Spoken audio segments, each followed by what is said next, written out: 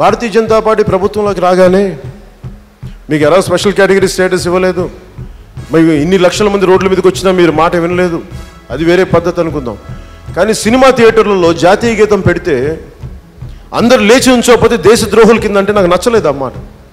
అరే నేను హిందువుని, చాలా బలమైన హిందువు, నేను కూడా అది కూడా చెప్తున్నాను మీకు. ఎవడు బలమైన హిందువు అంటే అన్ని మతాల్ని సమానంగా చూసేవాడే బలమైన హిందువు. కానీ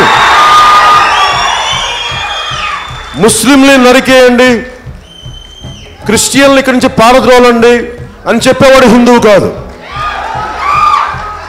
నీ ధర్మాన్ని నువ్వు రక్షించుకో, ఎదుటి వాళ్ళ ధర్మాన్ని కూడా నువ్వు రక్షించు. నీ ధర్మంలో తప్పులుంటే ఎంత బలంగా నువ్వు తిడతావో ఎదుటి ధర్మంలో కూడా ఎవరన్నా సరే మతాన్ని తీసుకొని వాడుతుంటే వాళ్ళు కూడా అంతే కన్వీనియంట్గా మాట్లాడకు. ఈ దేశాన్ని అందరూ కన్వీనియంట్గా చేశారు, నాకు అది విసుగు. అలాగే జాతీయ గీతం దేశభక్తి ప్రదర్శించిన ప్రదర్శనక సినిమా థియేటర్లో మీరందరూ సినిమా థియేటర్కి వెళ్ళి పూలు చల్లుదామని వెళ్తున్నప్పుడు దేశభక్తి పాట వినిపిస్తే నేను ఇబ్బందికరమైన పరిస్థితుల్లో పెడుతున్నాను. నేను వచ్చింది నాకు నచ్చిన సినిమాని చూడటానికో లేదా నా వినోదం కోసం, నా అక్క చెల్లెలతో, నా కుటుంబంతో, నా స్నేహితులతో వచ్చి సరదాగా అనడానికి, అది నా దేశభక్తి ప్రదర్శించే పరీక్షలాగా అయిపోతే నాకు ఎట్లా? నాకు ఇదే అనిపించింది. సినిమా థియేటర్ నా దేశభక్తికి పరీక్ష కాదు, యుద్ధం జరుగుతుంది, అది నా దేశభక్తికి పరీక్ష.